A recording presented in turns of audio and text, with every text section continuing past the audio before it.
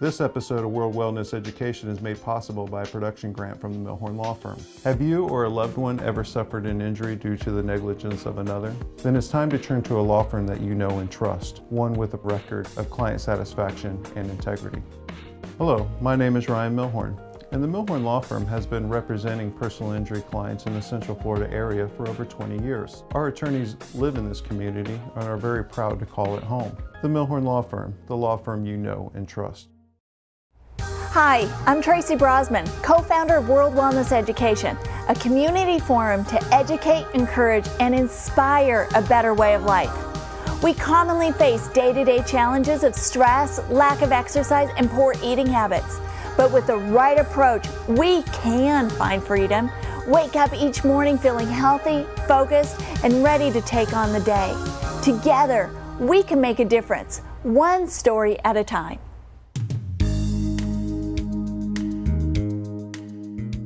Getting the diagnosis that you have cancer is extremely scary. Hearing from your doctor that you have 2 different types of cancer adds a whole new level of fear. Our guest today, Vickis, was diagnosed with both colon and non-small cell lung cancer. She is here to share her amazing story of recovery. Welcome, Vicky. Thank you, Tracy. Thank you for being here today. It's great to be here. So I'm glad you made it through everything. And tell me, what made you go to the doctor to begin with? Were you having symptoms? No, I had no symptoms, nothing. I had turned 50. Okay. And I had been hearing through the years, need to go for a colonoscopy, for a colon screening. Well, who wants to go do that? No one. Nobody. So put it off. I'm like, oh, I need to go do this. And through that year, when I turned 50, I kept running into people that knew someone that was dying of colon cancer from it. All these excuses, everything. Right. And it would have been next year or the year after that I would have pursued this. And I met one more person, and her brother was on his last because of colon cancer. And I said, okay, I'm going. Whatever it takes, I'm going. Wow. And I just really feel like that was divine intervention, because I absolutely was not going to go. It was Christmas, it was the holidays. Who's going to go do that right before the holidays? Yeah, that does not sound pleasant at any time of year. No, it was only, I think it was the week before Christmas. Wow. So I went. You kept on getting all of these like red flags Yes. in your life. Yes, so it's important to listen. Pay attention. Pay attention and listen to your inner self, to look to God. I always know if I hear things That's right. 2 or 3 times Yes. and they keep coming up, that I need to follow through. Exactly. So I went for the colonoscopy, and it was quite amazing because as I'm waking up out of the anesthesia, Right. one of the nurses looked at me, and her first words were, "Do you believe in God?" Wow. Sorry. That's okay. That's okay, Vicky. So she knew right then. They knew because there was a tumor. It was the size of the top of my thumb. Wow. And is she the one who told you then? No. Okay. Well, she can't. But that was Right. what she said to me. And they tried to remove it, and they couldn't. It was too large. Oh. And but So I they had tried no, to remove it while you were out. Right. Before you even. Right. But I had no symptoms. There was nothing. And that's why she was like, they couldn't believe it, because I came in there for just a screening. Right. So that was that part of the story. And Wow. yeah. And So- because of, once you are diagnosed with cancer, the next step is CAT scans Okay. and PET scans. All right. And it's interesting, I wanted to bring this up about the PET scan, because what they do with the PET scan, if you've ever known anyone that has had one, they inject you with a radioactive glucose. Okay. And what's glucose? Sugar. Right. And the reason they do that is because if you have cancer and that glucose comes in contact with the cancer in your body, when they run you through the scanner, the cancer heats up Okay. because of the sugar.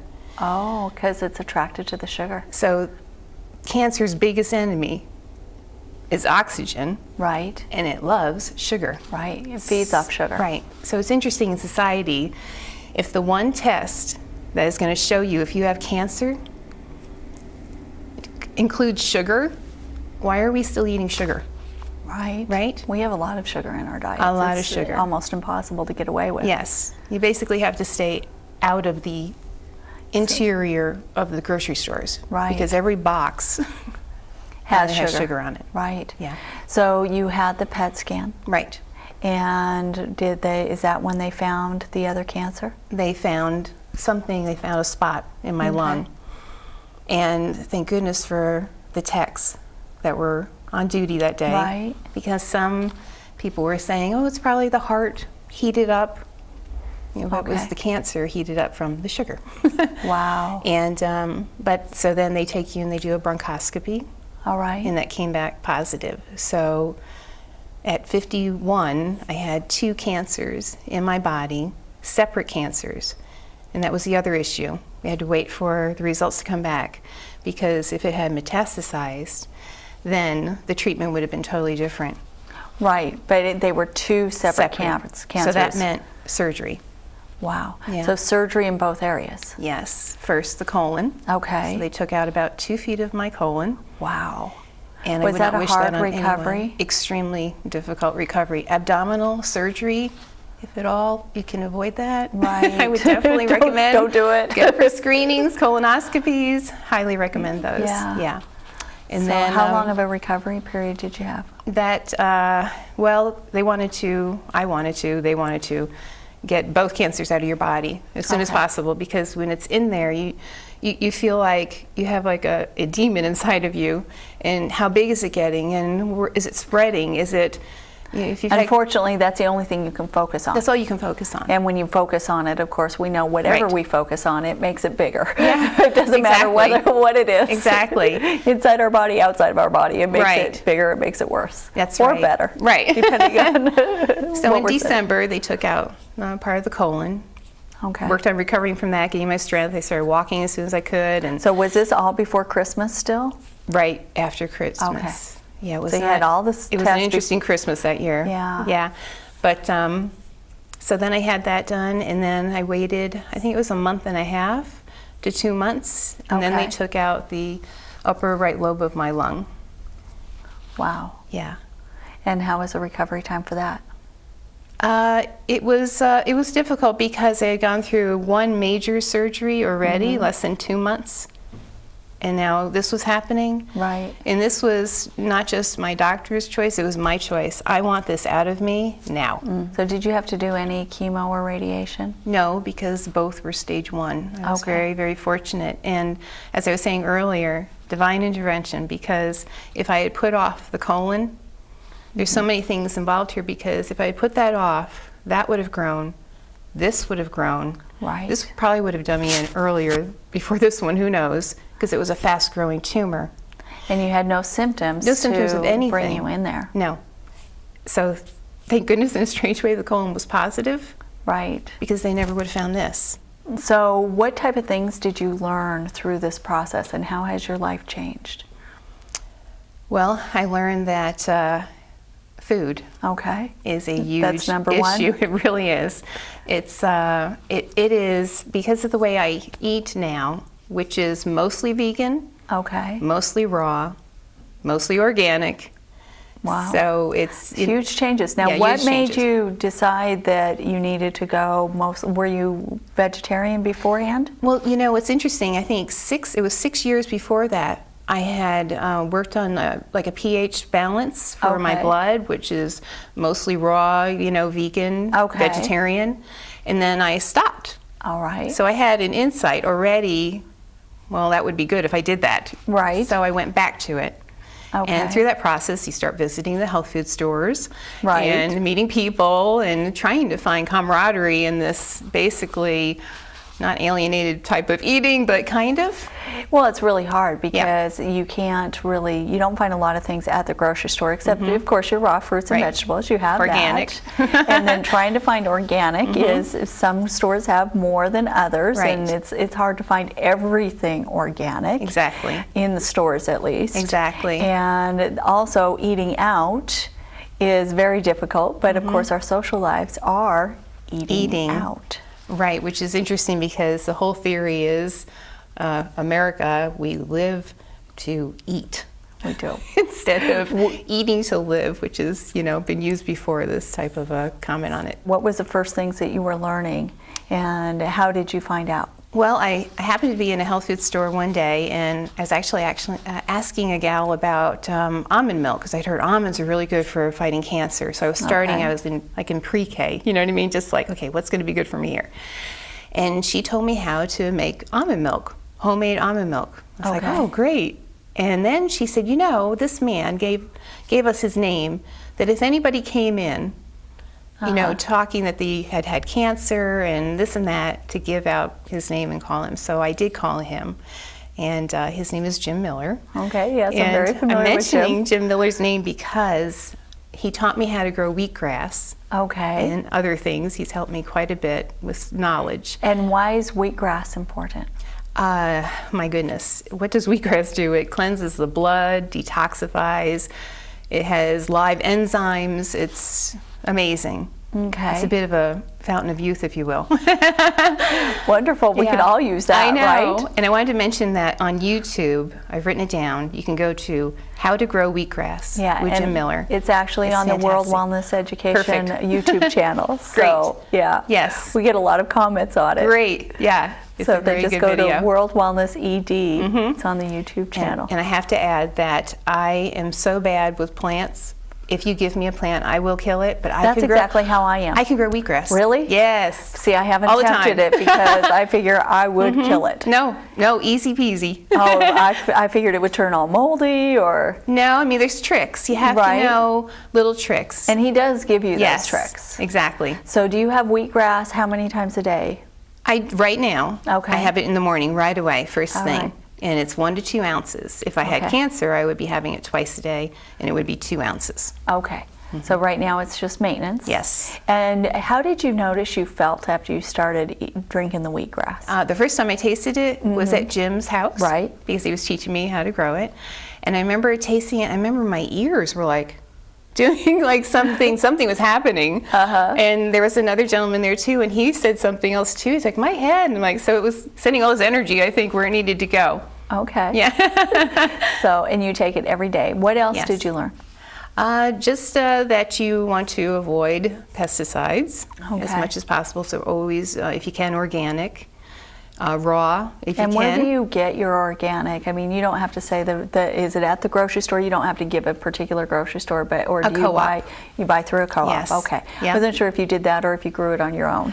I would like to, but as I said, I kill everything. I can't. Yeah, and I grow sunflower sprouts also, and they are highly good for you too.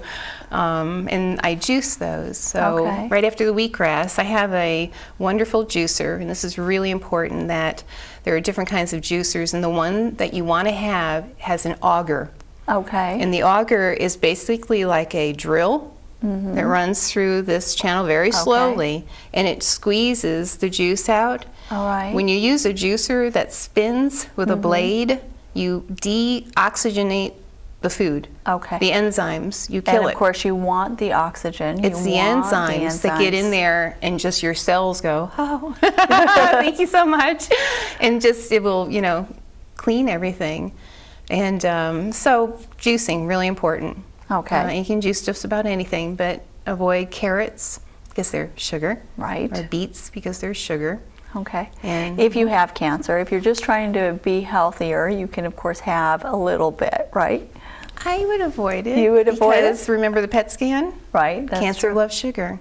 Okay. And I think that it's been said that most of us have cancer cells in us just waiting to mutate. Did you do it all at once though, or did you do it gradually? I mean, you had two cancers, so you had reason to put both feet in. Exactly. But even with having two types of cancer, was it difficult to do that?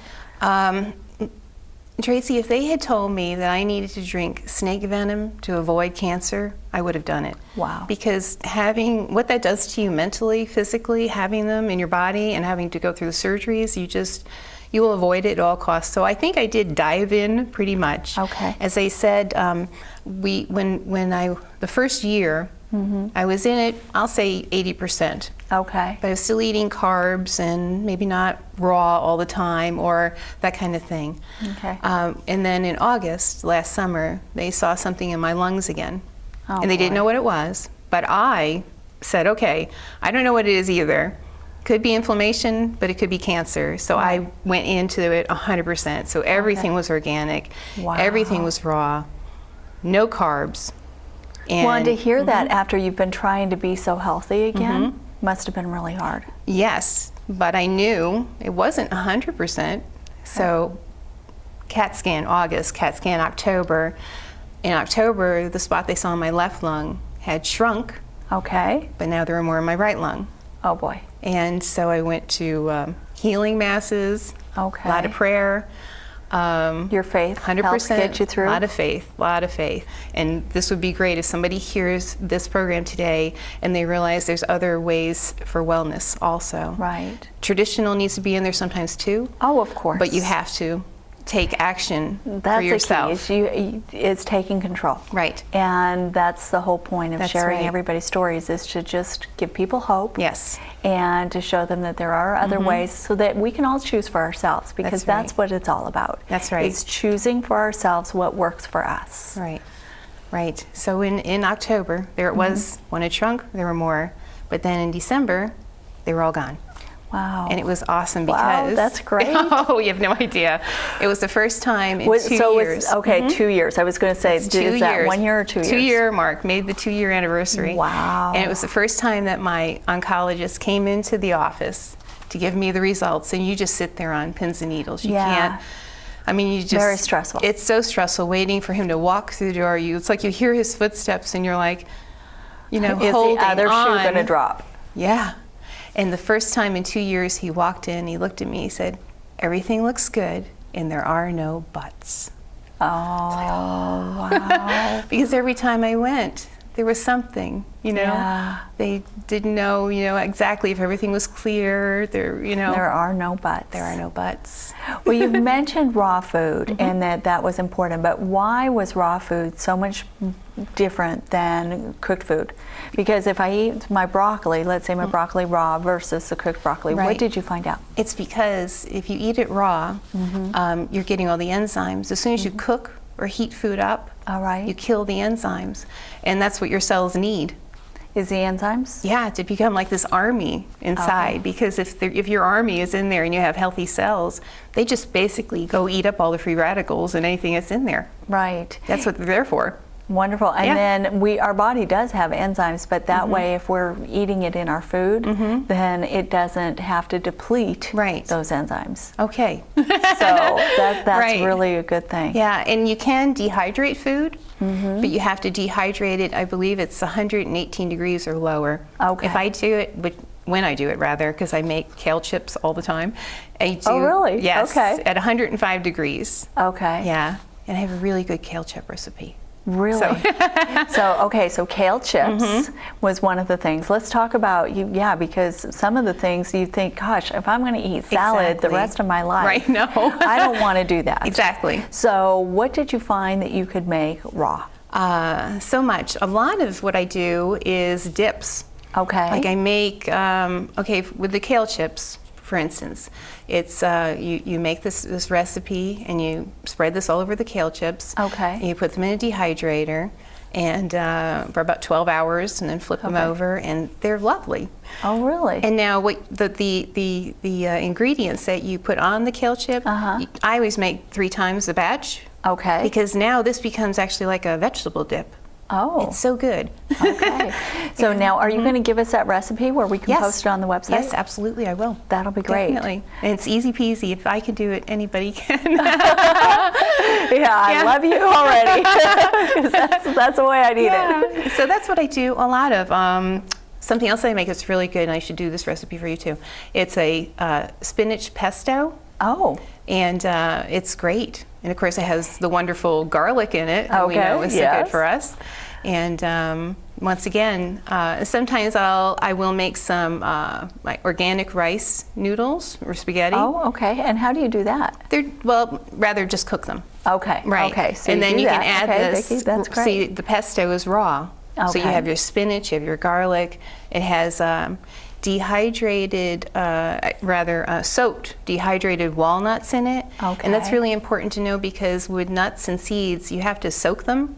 They All have right. something called an enzyme inhibitor in Okay. them, and that's in there, in the walnut, to help the walnut survive insects. So it's a little tiny poison. When you soak it, you release that.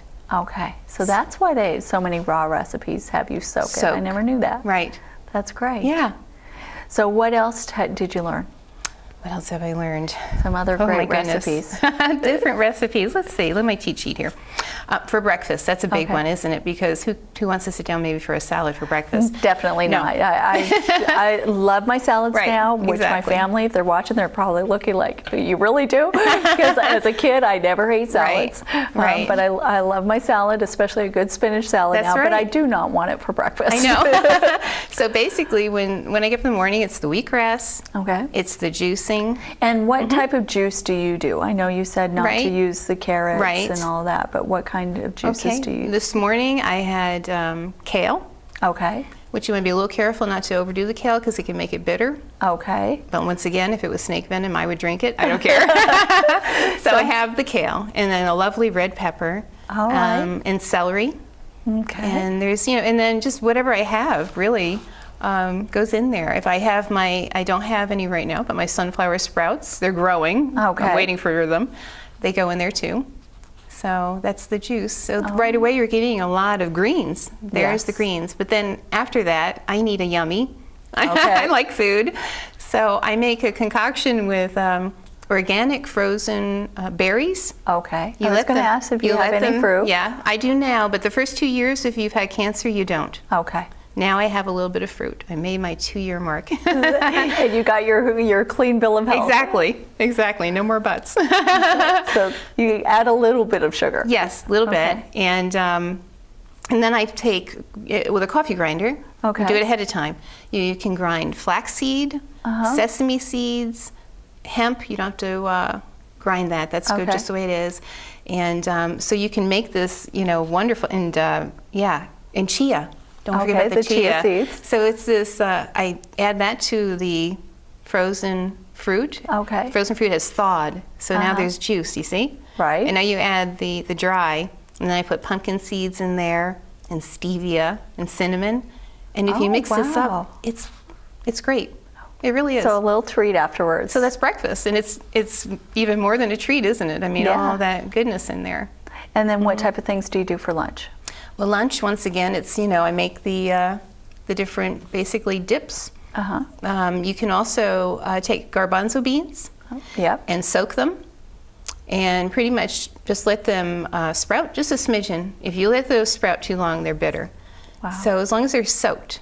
And now you can, I take the sunflower sprouts and olive oil, lemon, never vinegar, Wow. lemon juice, salt and pepper, cayenne, and then you can put your sprouted garbanzos Sounds in the middle. yummy. Hey, Vicki, I thank you so much for sharing. Oh, We thank are you. actually running out of time, Okay. so I really appreciate it. And if somebody would like to get a hold of you, can they do that? Yes, absolutely. How would they do that? My email address would be Okay. just fine. And what is that? That's my initials, Okay. VU1013 at yahoo.com. Together, we make a difference, one story at a time. If you would like to find out more information about World Wellness Education and to get those great recipes and more that Vicki's promised us, go to worldwellnesseducation.org. Chocolate is healthy for you. What an exciting statement to make. Chocolate really is good for you. In fact, it can be described as a superfood. But beware, when I am talking about chocolate, I am talking about raw cacao. Raw cacao is made from the nut or beans of the cacao plant. The cacao beans are actually large seeds within the cacao pod. These seeds are then made into a powder, small pieces called nibs, or cacao butter, which you can purchase at your local health food store. Just imagine eating chocolate to improve your diet.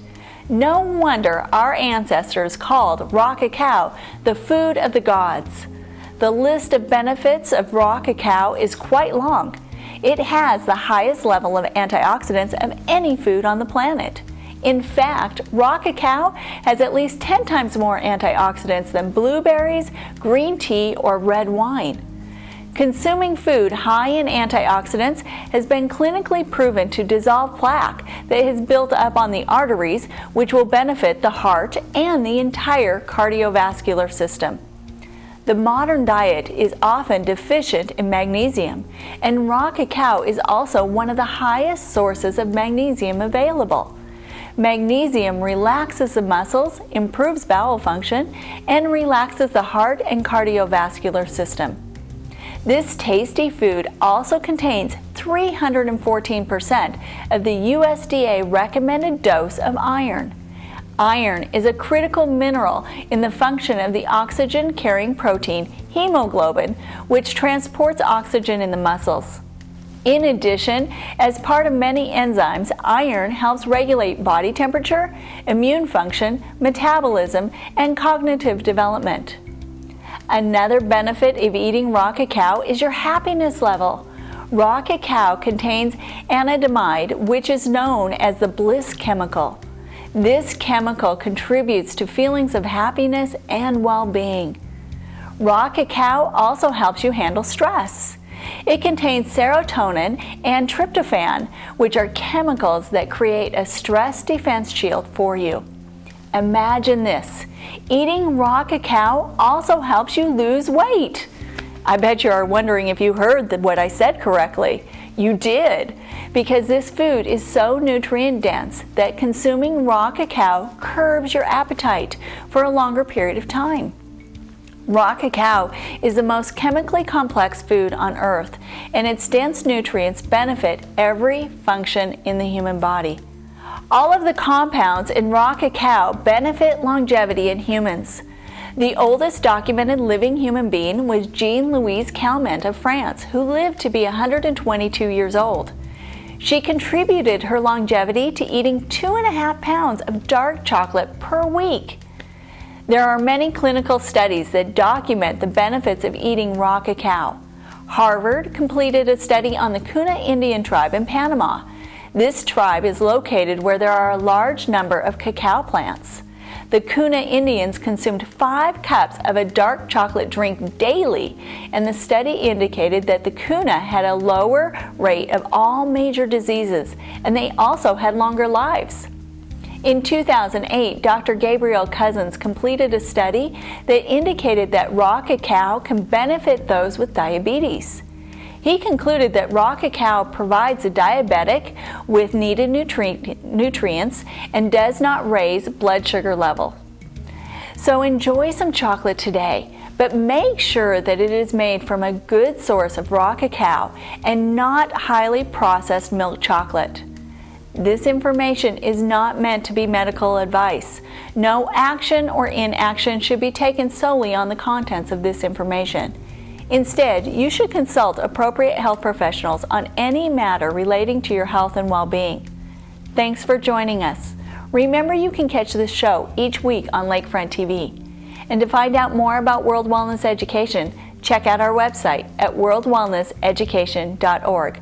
We'll see you next time. This episode of World Wellness Education is made possible by a production grant from the Milhorn Law Firm. We at the Milhorn Law Firm believe that important decisions in planning should not be put on hold. These planning decisions affect not only you, but your children and heirs. My name is Eric Milhorn. I'm one of 7 attorneys here at the Milhorn Law Firm. We've been very fortunate. We've been able to serve the Central Florida area for a period of over 20 years. All the attorneys at the Milhorn Law Firm live in this area and are proud to call this area our home. The Milhorn Law Firm, the law firm you know and trust.